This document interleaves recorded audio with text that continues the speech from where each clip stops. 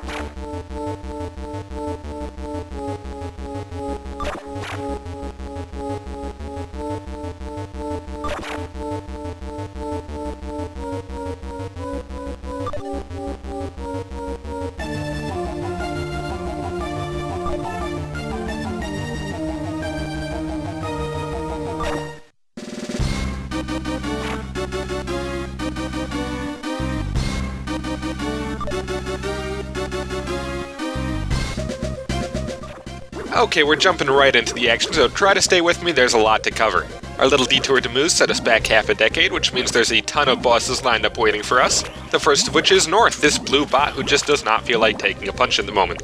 So instead, let's go with the finger laser, which is a very, very bad idea. Don't do that. North's a puzzle boss, with the puzzle in this case being, how do I damage him without being reduced to 1/15 of my life bar in a single attack? North doesn't like being punched, and if you try it, he'll just palm block it. But if you try a laser instead, you'll get pummeled within an inch of your life in an unavoidable counterattack I admit I'm rather fond of. So instead, you gotta either use your machine guns or punch then laser. It's a little bit more complicated than it looks here, as you gotta aim right at his big blue bug eyes, but that's the gist of it, at least until you get North down to 80% of his health, at which point he'll reveal that he's secretly a big blue Swiss Army knife. North's an incredibly cool boss, due entirely to the sheer number of attacks he has. Each of the nodes on his body is a separate weapon, and though he won't use the counter from the first part of the fight anymore, they ensure you can't just attack non-stop. I'll list them clockwise, starting with the upper right, which fires a series of buzzsaw-looking things straight up, only for them to rain down randomly enough to warrant running a bit away and attacking with a laser. Far right arm, something of a soft counter, used when you try to get fancy at chest height on North's right side. He'll bring out a big laser cannon and serve you exactly what you were sending his way. Bottom right one doesn't pop up all that commonly, though I did ensure it was included here. It spawns 3 gray-colored mooks which don't attack but do explode after a bit, so kill or avoid them.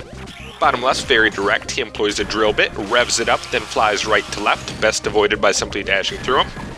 Far left's also a counter. It's a massive energy shield that blocks whatever was being fired, often eating an EX skill that's very annoying. And last but not least, top left fires off homing rockets, which are the same as always, so just get him to lock onto a position, then move out of the way. The fight's all about adapting and attacking when you can, so learn them and move on. Number 19, North. A super robot that uses its 6 arms to defend against multiple attacks. Originally, he was a butler robot from Scotland. In the episode The Biggest Robots on Earth, Pluto was created to defeat the strongest robots in the world, including Astro, Brontos, North, Gajahito, Brando, Hercules, and Epsilon. Only the robots who were popular were selected to be in this game.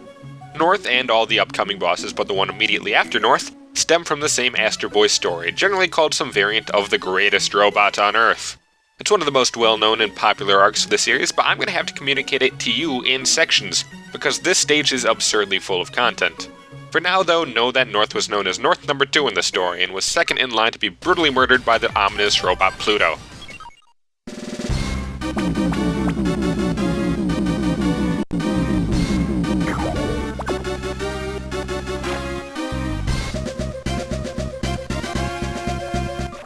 Well, this is Denkou's Let's Play now, apparently. The game of the day is tag, and the objective is to have much fun running and tagging through a field full of all the tag staples, such as enormous tag time bomb belts that explode and cause this little shit to stand there and laugh at our pain. Denkou's actually also a puzzle boss, but this one's a bit more blatant about it. Denkou obviously has a bit of a warped idea of what constitutes a game, so you're going to want to employ a bit of corporeal punishment to set him straight. But as it turns out, tag isn't Denkou's best game. Hide and seek is. Possessing optical shields, Denkou's more than content to traipse all over his looping stage, dropping bombs as he goes, and in order to continue knocking some sense into the kid, you're going to have to go and find one of these glowing generator things to punch. Because apparently this guy needs a massive external energy source to use his powers, despite the fact that everyone else does just fine without one. This allows us to resume our merry chase, punch him a few more times, rinse and repeat. Denkou's fairly simplistic, and his bomb's initially a non-issue. The difficulty comes in through the way he scales. As you damage Denkou more and more, he'll start activating more generators, moving faster and faster, setting his fuses shorter and shorter, and just generally being a bigger pain in the rear than he was before. There's 3 tiers to his arena, each with a generator to hit, and they aren't hard to find.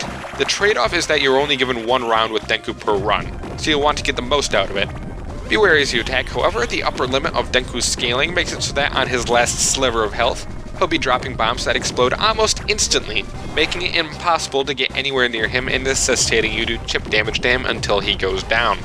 It's not fun, so make sure to ration your damage so as to keep his health as high as possible while still being able to take him down in a single combo. Number 20, Denkou. A super robot who can disappear using optical camouflage. He prefers not to fight, so he never attacks. But the explosives he carries on his belt can be very dangerous. The bomb belt is specifically designed for the new anime.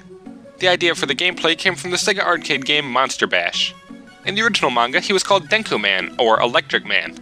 Denkou has nothing to do with the other bosses or the stage's theme, but he is a veteran Astro Boy character. An invisible robot of questionable morality has shown up in every adaptation of the story so far. Denkou's childish and playful, but also easily manipulated, with no real moral compass, which leads to him getting exploited by a criminal named Skunk and used for crime. You might even remember seeing Skunk. He showed up briefly at the end of Cruciform Island. The bomb belts used by Denkou are inspired by the time bomb Skunk gives to him in every iteration of the story, while the fight itself was inspired by an 80s arcade game I'll give more info on in the post.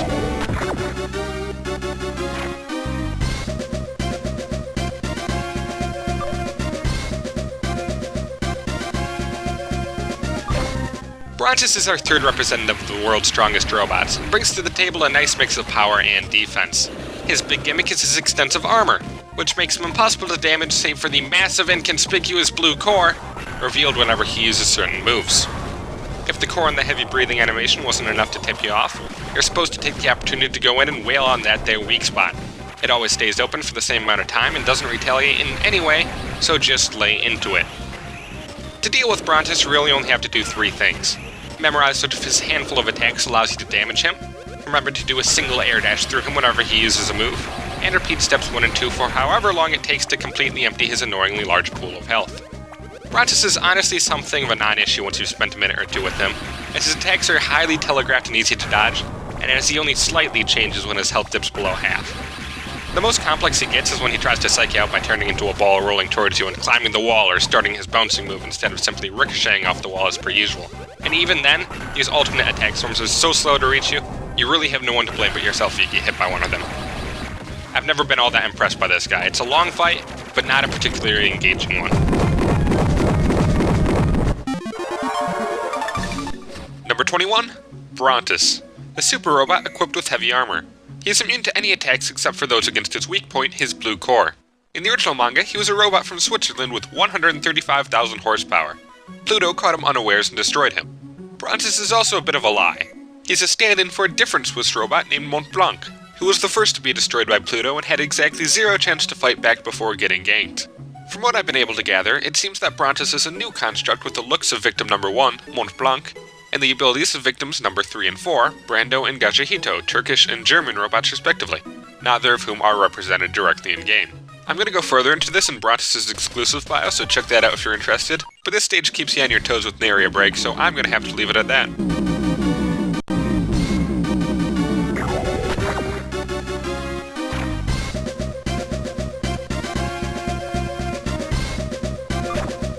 Creating a room full of water seemingly out of thin air, Epsilon makes sure you immediately know what kind of battle you're in for, though he doesn't do the same for his gender, which is physically female, yet consistently referred to as male.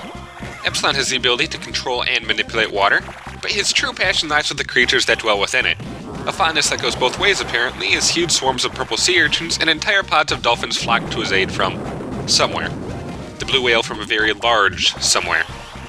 Epsilon doesn't outsource all of his attacks to marine life though, as he himself is capable of storing and unleashing large amounts of photon-based energy, complete with complementary cursors. One must wonder how they're getting into this tower, but you don't really have time to think it over, as even touching a laser spells near instant death. They don't give invincibility frames, so you'll blow through your entire stock of life from a single second of contact. You can attack Epsilon at nearly any point in the battle, but the sheer damage he's capable of unleashing serves as defense enough. If you don't focus on dodging, you'll be seafood in very short order. Speaking of seafood, the animals used by Epsilon seem to be a bit of a Sega Easter egg.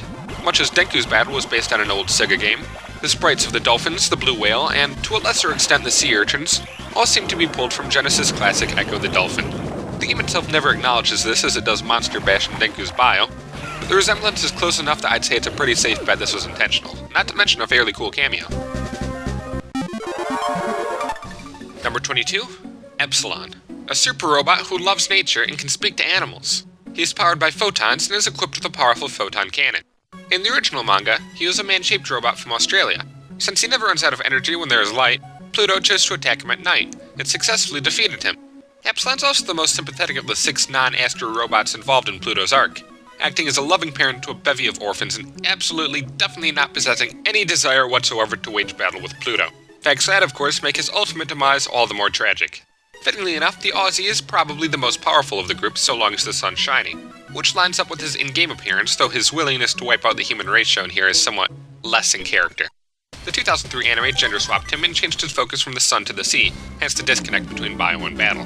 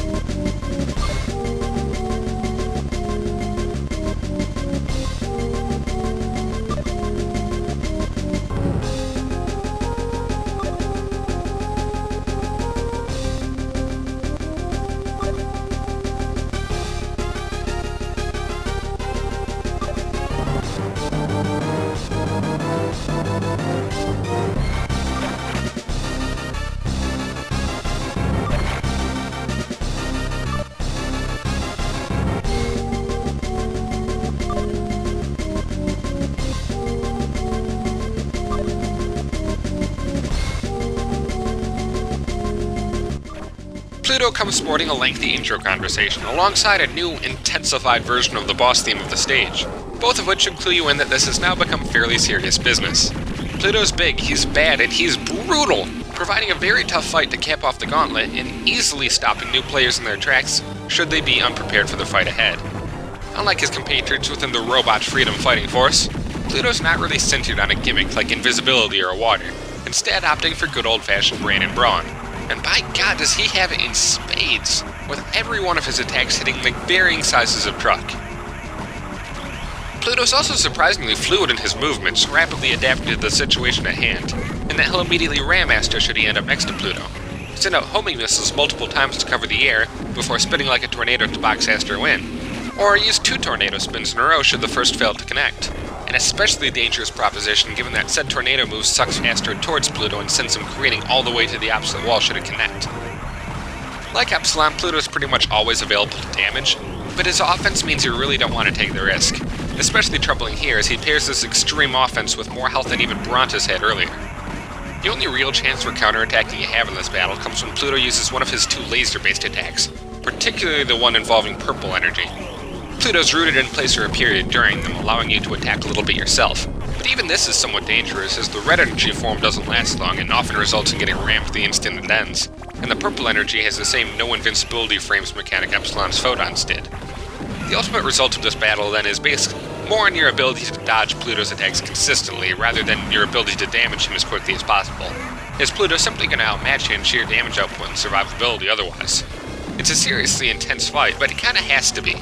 Pluto's probably the most recognizable Astro villain, as well as one of the most powerful, so they really had to go all out to do him justice. Eventually though, he will go down, leaving us, presumably, the world's strongest robot, and closing the stage for good.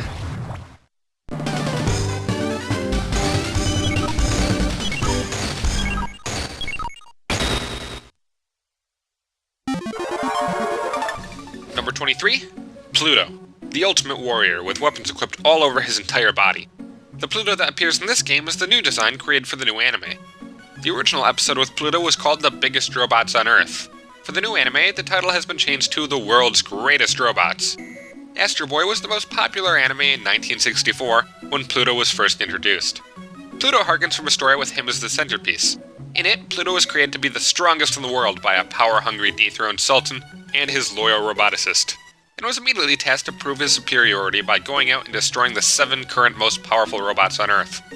These robots were spread internationally, but Pluto wasted no time in taking them out, eventually leaving only the Japanese Astro left before getting offed himself by an ironically even more powerful robot, making something of a statement about the futility of the quest for power.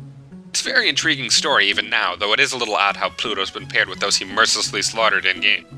For the record, he's not evil. He can be kind when not in the hunt, shown when he invariably gets into an unlikely friendship with Astro's sister, as seen in-game, in case you were wondering what was up with that.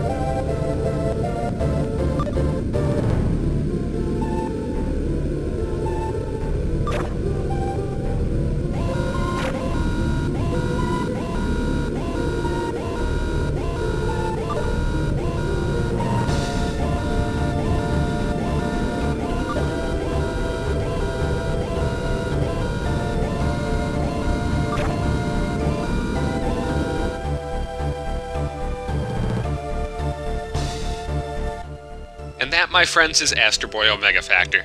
An absolutely excellent game and a truly worthwhile addition to Tezuka's legacy, despite its relative brevity. I feel the sheer amount of love and attention that went into crafting the storylines, adaptions, and character cameos in-game make the game worth playing to anyone with even a cursory interest in what Tezuka's all about, while Treasure's great gameplay and boss design chops make it a worthwhile investment for anyone interested in a decent handheld brawler. The obvious catch here then is that the game is simply unfinished. Astro Boy Omega Factor ends on a cliffhanger, with the terrifying Death Mask appearing as if from hell itself, destroying the robots who had devastated their world and taking the innocent Astro out along with them. There's a bit more to the game, including an optional boss rush mode, and a new game plus feature allowing you to register characters for more obscure Tezuka titles, hence the currently incomplete Omega Factor, but the actual story concludes in the game's sequel, which, bizarrely enough, was released for the PS2 instead of the GBA, and I'm not certain I'm gonna do it.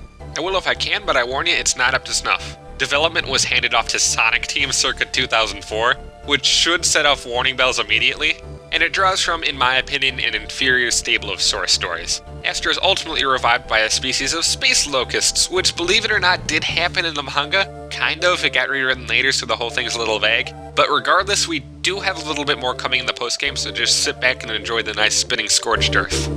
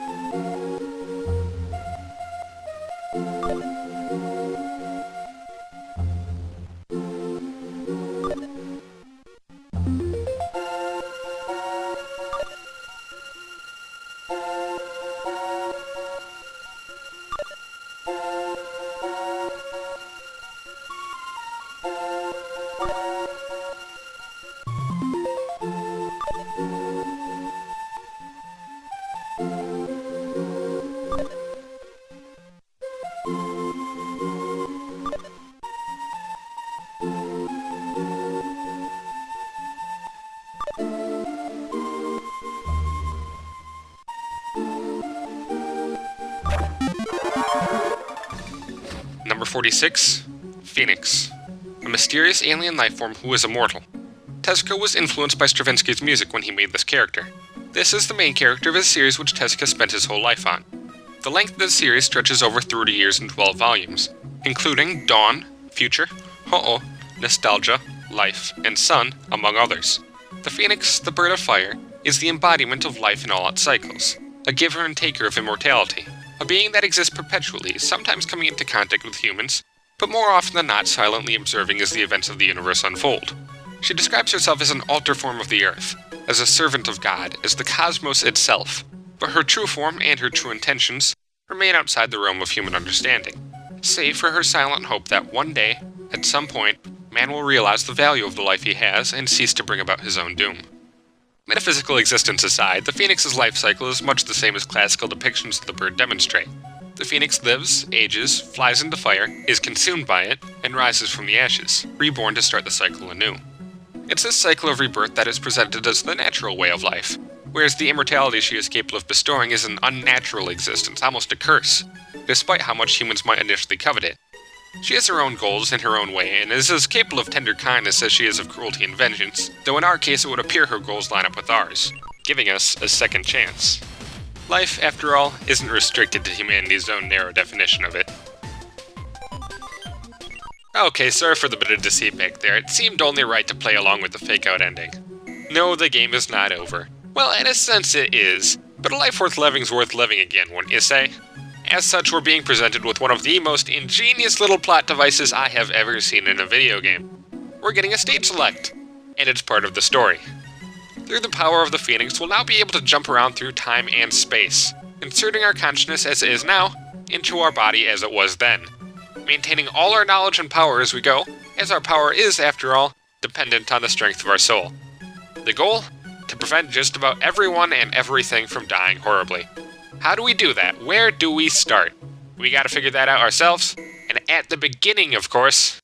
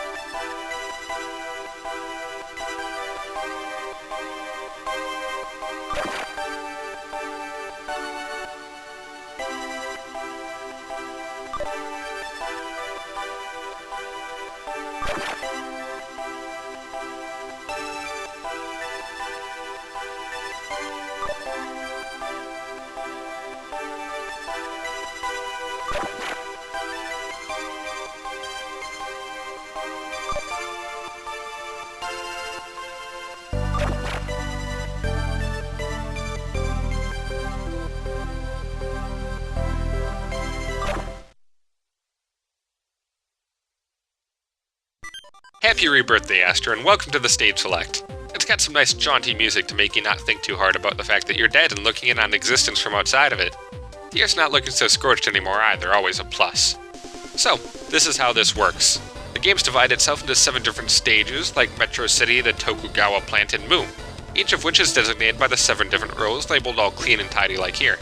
Each stage is then further subdivided into a number of different blocks, generally corresponding to a big transition. In the case of Cruise from Island, you'd have one for the side-scrolling section, one for the artificial sunfight, one for the Amazing 3 in the ruins, one for the underground, one for the elevator, and one for Pook.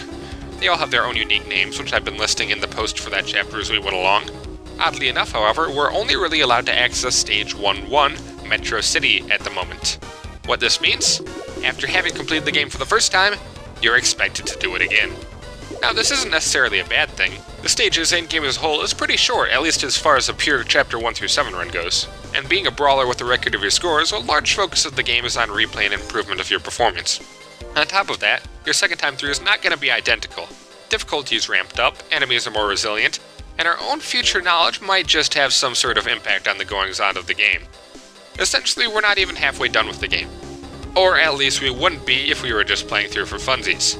In this case, though, it's a Let's Play, which means that barring the sections that have changed drastically and varying things I want to note, you're going to be in for the time-compressed version of Astro's adventures in repetition. All this really means is you won't be sitting through the entirety of each stage again, with only slightly different enemy patterns to keep you company. There really won't be much to miss as an observer, though if you're steadfast in your desire to see it all, I would recommend looking up a long play of the game. After we're done here, that is. And trust me, there's still a ways to go. Until then though, thanks for watching and I'll see you next time.